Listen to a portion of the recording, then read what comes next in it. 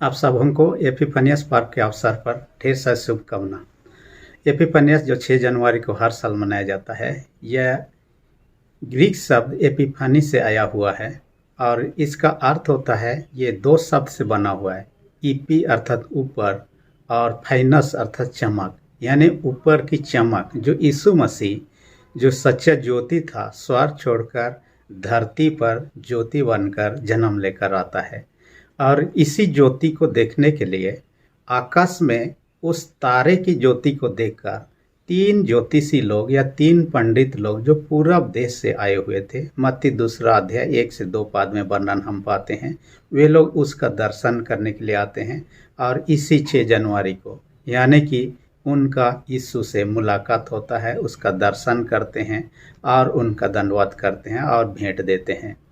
इन लोगों को ज्योतिषी के नाम से कहा गया। ज्योतिष शास्त्र के उनके पास में ज्ञान था। इनको विद्वान भी कहा जाता है क्योंकि वे ज्ञानी लोग थे।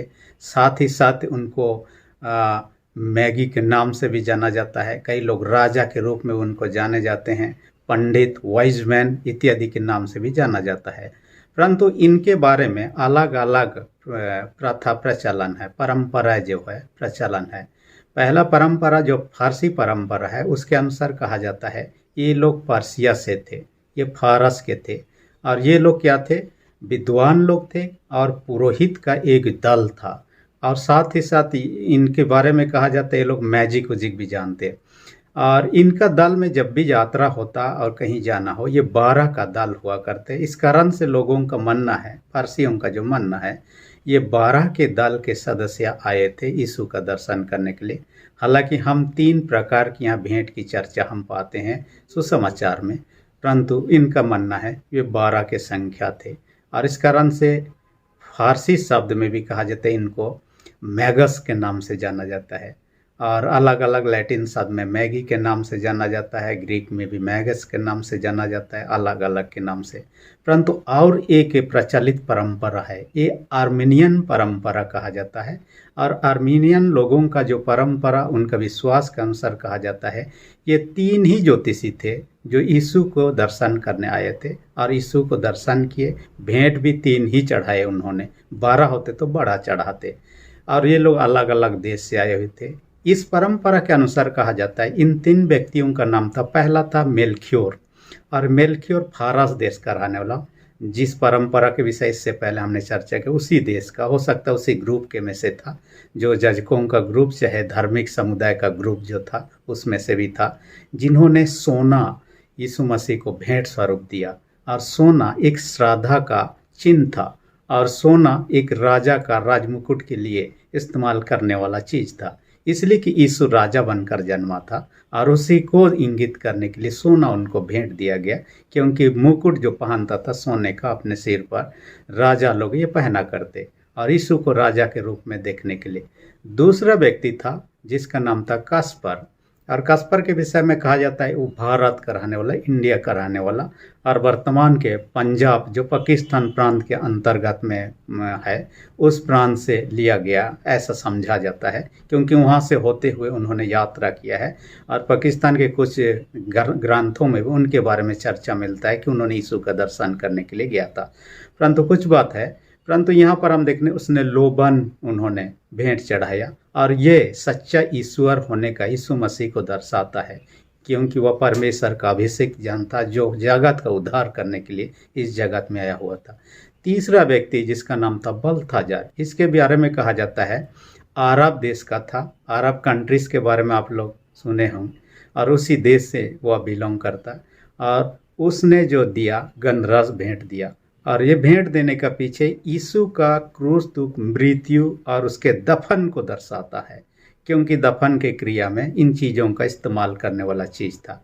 और यीशु का क्रूस दुख, मृत्यु और दफन को ये इंगित करता है। इसलिए यीशु के जीवन से ही जुड़े हुए चीज़ उनको दिया गया। हालांकि यीशु के लिए काफ़ी काम में आया होगा, क्योंकि उनका परिवार उसी समय से अपना देश छोड़कर विदेश को यानी कि मिस्र को भागना पड़ा अपने जान बचाकर। हेरोद राजा उस समय था, उनको मार डालने वाला था। परंतु इन 3 पंडितों के या ज्योतिषियों के बारे में देखते हैं, उन्होंने सबसे पहले यीशु की खोज किया, खोज में सफल भी रहे। दूसरा में उन्होंने पाया, पहला खोजा दूसरा उन्होंने पाया। तीसरा में हम देखने पाते हैं यीशु को दंडवत किया और उसकी आराधना किया। चौथा में हम देखने पाते हैं उन्होंने दिया, देने का काम किया। क्या दिया? सोना, लोबन, गंधरस। और ये लोग इसको खाली नहीं दिया, इनके बारे में ये कहा जाता है उस समय से पहले ना ही विश्वासी थे, ना ही यीशु से उनका कोई खास सम्मान था, परंतु यीशु का दर्शन के बाद उनका जीवन बदल गया। कहा जाता है उन्होंने यीशु को अपना जीवन दे दिया और यीशु का शिष्य बन गए। और इतिहास में इस प्रकार की बातों को कहा जाता है अंत तक ये लोग विश्वास में बने रहे, यहाँ तक कि ये लोग शहीद भी हो गए। और उनके कहा जाता है कि शहीद होने का जगह कॉन्स्टेंटिनोपल, वर्तमान में इस्तांबुल कहा जाता है, और उस जगह पर ये लोग शहीद हो गए। प्रभु के लिए इन्होंने जो कुछ दिया, आज आपको मुझे क्या देना है? बाइबल कहता है रोमी 12:1 में अपने शरीरों को जीवित पवित्र परमेश्वर को भावता हुआ बलिदान करके चढ़ा, यानी हमारे संपूर्ण जीवन को प्रभु को देने की बात कर रहा है। आइए हम आज के वचन में देखेंगे 2 कोरिन्थ 4:3-6 2 कोरिन्थ 4:3-6। यहाँ सच्ची ज्योति के बारे में चर्चा हम करेंगे। इसका शीर्षक इसलिए मैंने कहा सच्ची ज्योति या ट्रू लाइट के बारे में। और ये यीशु मसीह को दर्शाता है। सच्ची ज्योति जो है जगत में आने वाली थी, जिसके बारे में हम देखने पाते हैं। ये जो 2 कोरिन्थ है ये पौलुस के द्वारा लिखा गया माना जाता है, और ये लगभग 55-56 ईस्वी में उन्होंने लिखा। ये लिखने का जगह जहाँ से उसने लिखा मक्की दुनिया था, जहाँ से उन्होंने इस पत्र को लिखा। कोरिन्थ नगर को पहले उन्होंने स्थापित किया था जब उन्होंने सेकंड मिशनरी जर्नी में गया था। 18 महीना तक कोरिन्थ नगर में रहा, सुसमाचार प्रचार किया, कईयों ने विश्वास किया, मंडली स्थापना हो गया था। और इस कारण से उनके तीसरी जर्नी के क्रम में जब था, उसी के क्रम में मक्की दुनिया से ये चिट्ठी को लिखता है वहाँ के बातों को लेकर, और आज जिसका हम चर्चा कर रहे हैं वहीं से लिखा हुआ मानते हैं। और यहाँ पर यीशु को सच्ची ज्योति के रूप में पौलुस दर्शाने का प्रयत्न कर रहा है, क्योंकि परमेश्वर ज्योति है। पहला यूहन्ना 1:4 कहता है उसमें कुछ भी अंधकार नहीं है।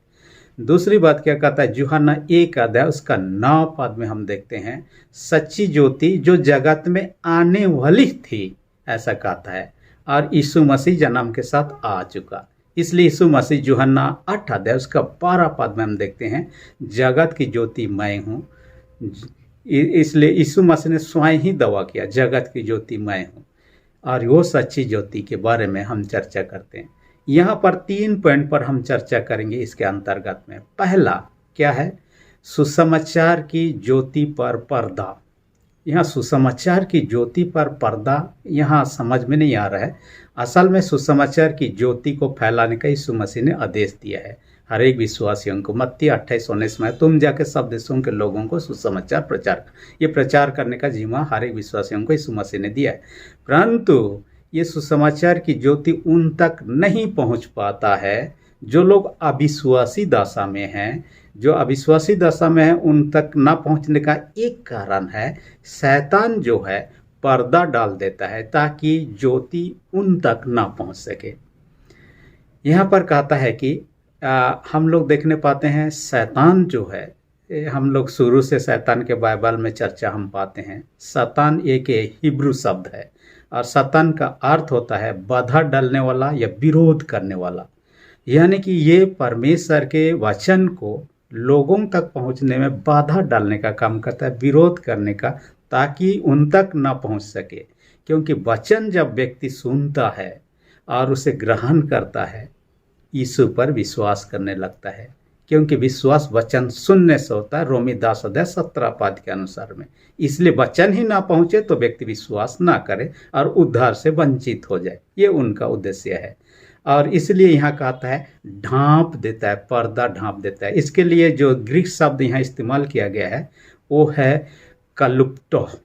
कलुप्टो का अर्थ होता है, जो ग्रीक शब्द कलुप्टो का अर्थ होता है ढांकना या पर्दा डालना, जिससे इधर से उधर व्यक्ति चीज़ों को ना देख सके। ऐसा कहता है ना देख सके, ना सुन सके, ताकि परमेश्वर के वचनों को ना देख सके, ना सुन सके। ये पर्दा डालने का काम कौन करता है? यहाँ 3 और 4 पद में कहता है इस संसार का ईश्वर कहा गया, जो शैतान को कहा गया है। और वह लोगों को वचन सुनने से रोकने का काम करता है ताकि वो लोग विश्वास के द्वारा उद्धार प्राप्त ना करें। और शैतान आज भी काम कर रहा है। ऐसी बात नहीं है कि ये जो लिखा गया उस समय की बातें आज भी कर रहा है। मैं अपने जीवन की एक घटनाओं को चर्चा करना चाहूँगा। एक मंडली में गया हुआ था जहाँ मुझे अतिथि के रूप में बुलाया गया था उनका कार्यक्रम में, जिस मंडली का नाम झट्टैनबुड़।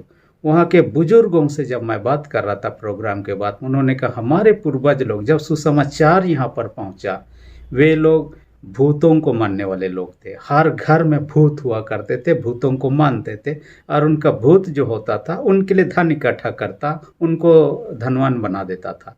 इसलिए जब सुसमाचार आया, लोगों ने सोचा ये हमारे काम की नहीं है, इसे हम अपने घर में मानते हैं सालों साल से। इसलिए जब भी बीज बोने का काम होगा, वे लोग बलि चढ़ाते हैं, मुर्गा का बलि, और उनका खून उसको बलि के रूप में देते हैं। ऐसा बिना किए खेती करना उनके लिए अनिष्ट का कारण हो सकता था, इसलिए उनको खुश करने के लिए जब नया फसल आता, खाने से पहले भी उनको खुश करना पड़ता। इस प्रकार की बात है। लेकिन सुसमाचार जब उन्होंने ग्रहण किया, तब इन चीज़ों को किया कि अपने अपने घर में जो भूत थे उन सबों को वे लोग ढो ढा करके अपने टोकरी में लेकर नदी में उन्होंने बहा डाला। उन्होंने ऐसा कहा जैसा कि उनके पूर्वज लोग जो किया उन बातों को, यानी कि उसके कारण से सुसमाचार उन तक पहुंचने में बाधा हो रहा था। लेकिन जब एक बार सुना, प्रभु को ग्रहण किया, तो उनको हटा दिया। आज भी शैतान इसे काम करता है। कुछ समय पहले एक कॉल आया था और मुझे प्रार्थना के लिए कहा गया। एक स्कूल की बच्ची है, 9-10 क्लास में पढ़ने वाली, जिसका नाम मुस्कान, और उनको कहा कि शैतान का अटैक उन पर हुआ और शैतान खींच खाच के घर से बाहर उनको कब्रिस्तान की ओर ले जाना चाह रहा, और उनको रोकने का घर के लोग प्रयत्न कर रहे हैं, लेकिन वो ना दिखने वाला शैतान को खींच खाच के ही लेने का प्रयत्न कर रहे हैं। मुझे प्रार्थना के लिए जब कहा गया, मैंने उनसे बातें किया। बातों को स्पष्ट रूप से वो सुन सकती थी। मैंने कहा उनके प्रार्थना से पहले वचनों को पढ़ना चाहूँगा। वचन मैंने पढ़ा, लेकिन एक भी वचन उनके कान में सुनाई ही नहीं दिया। मैंने कहा उनको सुनाई नहीं दे तो उनको पढ़ने के लिए कहा जाए। वो पढ़ना कोशिश करते, लेकिन पढ़ ही नहीं पा रही है।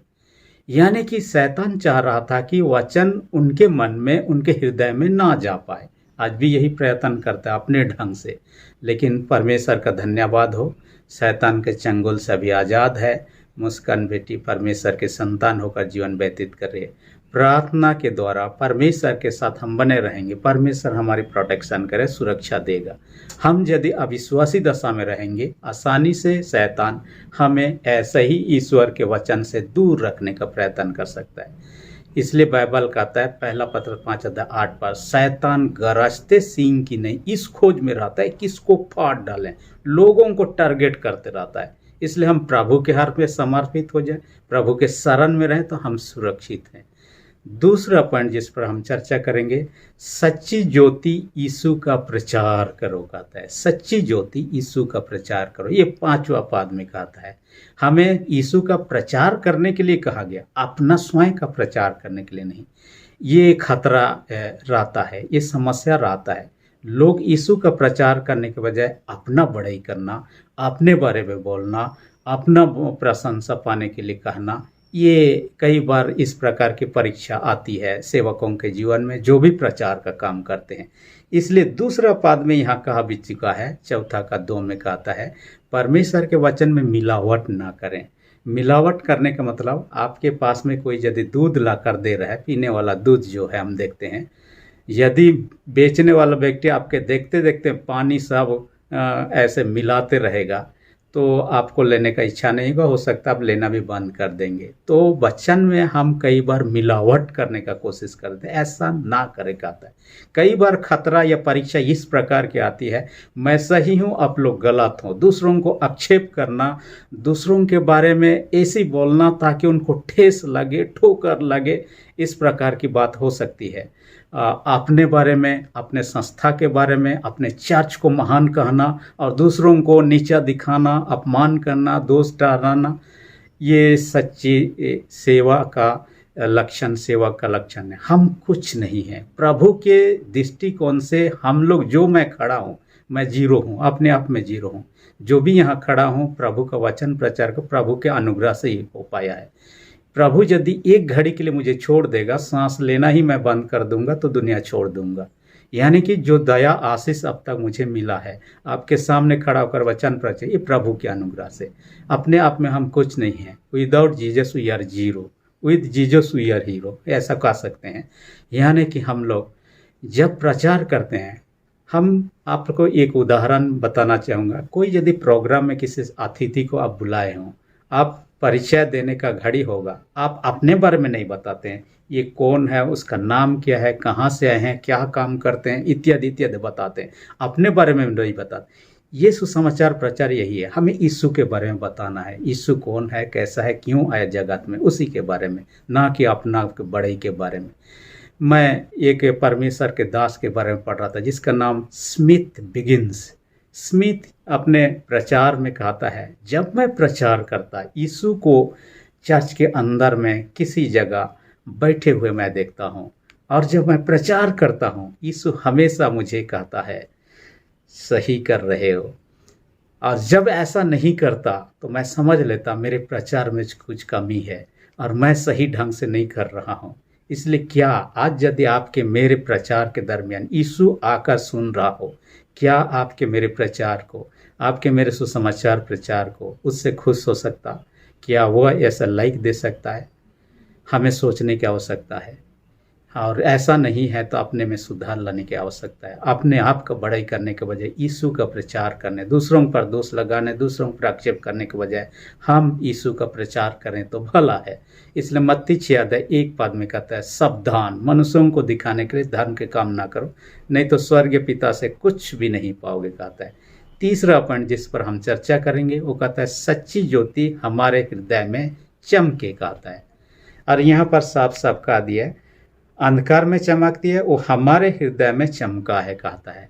जो लोग ग्रहण कर चुके हैं उनके हृदय में वो ज्योति जो यीशु मसीह है चमक चुका है। और ज्योति में चमकने के लिए ही यीशु मसीह इस दुनिया में आया। देखिए, ज्योति के बिना व्यक्ति का जीवन हम एक उदाहरण से समझ सकते हैं। सूरज का किरण को हम देखते हैं, हर दिन आता है, रोशनी जो आता है। और उस रोशनी के बिना पाए यदि पेड़ पौधों को रखा जाए तो सही रूप से जैसे बढ़ना चाहिए नहीं बढ़ पाए, यहाँ तक कि मर भी जाएगा, ऐसा भी हो सकता है, ये संभावना है। इसलिए क्या क्या सूरज का जो रोशनी जो जैसे एक पेड़ पौधा के लिए ज़रूरत है, हर एक व्यक्ति आत्मिक रूप से जीवित रहने के लिए आत्मिक ज्योति जो यीशु मसीह है उसको प्राप्त करना जरूरी है। मैं सूरज की रोशनी का और एक उदाहरण बताना चाहूँगा। हमने बीते दिन में कोरोना वायरस या कोविड-19 जैसी बीमारियों को झेला। लोग, हजारों लाखों लोग मर चुके दुनिया भर में। ऐसी एक घटना घटी 536 ईस्वी में। हालांकि 6वीं शताब्दी को डार्क एज, अंधकार का समय भी कहा जाता है। और ऐसे कहने के पीछे एक कारण है। बहुत सारे घटनाएं घटे, उसमें से एक विशेष घटना का जिक्र करना। 536 ईस्वी में ऐसा हुआ कि अफ्रीका से लेकर एशिया के कई देशों तक अचानक से अंधकार छा गया। और अंधकार 1-2 दिन का नहीं, 1-2 सप्ताह का नहीं, 1-2 महीना का नहीं, 1 साल से ज़्यादा हो गया। अंधकार ही अंधकार रहा, यानी 18 महीना तक ना सूरज दिखाई दिया, ना कुछ रोशनी रहा। और ऐसा होने के पीछे एक कारण वैज्ञानिक लोग दर्शाए। ये आइसलैंड में अचानक से क्या हुआ, वोल्केनो निकला, जिसके कारण से आकाश में इतना परत चढ़ गया कि कई समय तक, 1.5 साल तक वो बने रहा और सूरज का रोशनी को नीचे आने ही नहीं दिया। और इस कारण से इसे रहा। तो शुरू में क्या हुआ, कुछ दिन तक तो लोग आजकल का जैसे इलेक्ट्रिक बाती तो नहीं था, लालटेन जलाए, लकड़ियों को जलाए, लेकिन धीरे धीरे सब खत्म होने लगा, अंधकार में ही रहना। और इतने दिन तक अंधकार में रहने, सूरज का रोशनी ना पाने के कारण खेती सब खत्म हो गया, बर्बाद हो गया। जितने पेड़ पौधे थे धीरे धीरे वो भी मरने लगा। तो जो अनाज था जिसको खाना चाहिए वो भी खत्म हो गया। पेड़ों से फल खाते थे वो भी खत्म हो गया। लोगों के सामने उसके बाद में जब खाने के लिए अनाज ही नहीं, दाना ही नहीं, फल ही नहीं, पशुओं को खाने लगे। पशुओं को खाने के बावजूद भी, अपने पशु को खाने के बाद भी किसी किसी के पास पशु ही नहीं रहे, जंगली पशुओं को खाने लगे, जंगली पशु भी खत्म होने लगे, तब लोग मक्खियों की तरह मरने लगे। जो लोग मरने लगे, लोग जो जिंदा थे उनको खाने लगे, आदमियों को भी खाने लगे। ऐसे करके करके काफ़ी 18 महीना के बाद में सूरज का रोशनी थोड़ा पड़ा, हालांकि क्लियर रूप से नहीं, काफ़ी समय लगा अच्छा रूप से आने के लिए और उनको संभालने के लिए। परंतु एक बात यहाँ हम देखने पाते हैं कि इनके कारण से लगभग 2.5 करोड़ से 10 करोड़ तक लोग उस समय मारे गए।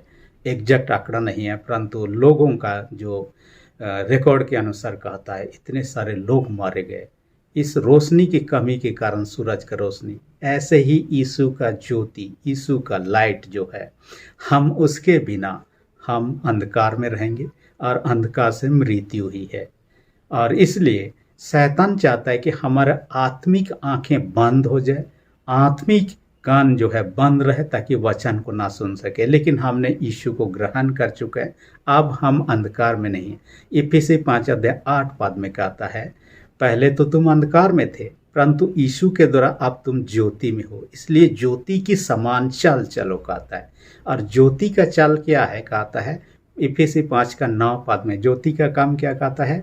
सब प्रकार के भलाई के काम, धार्मिकता, सत्य इत्यादि, यानी आपके मेरे जीवन में ये दिखाई देना चाहिए। आज सवाल ये उठता है, क्या उस ज्योति को हमने ग्रहण किया है? नहीं किया है तो आज ही प्रभु को जो ज्योति है उसे ग्रहण करें और अपने अंधकार, जो पाप रूपी अंधकार है हमारे अंदर, इस दुनिया में नहीं परंतु हमारे अंदर में पाप रूपी अंधकार है, यीशु को ग्रहण करें, वो दूर हो सकेगा। और अंधकार में नहीं, हम यदि ज्योति में हैं तो सही चलते हैं।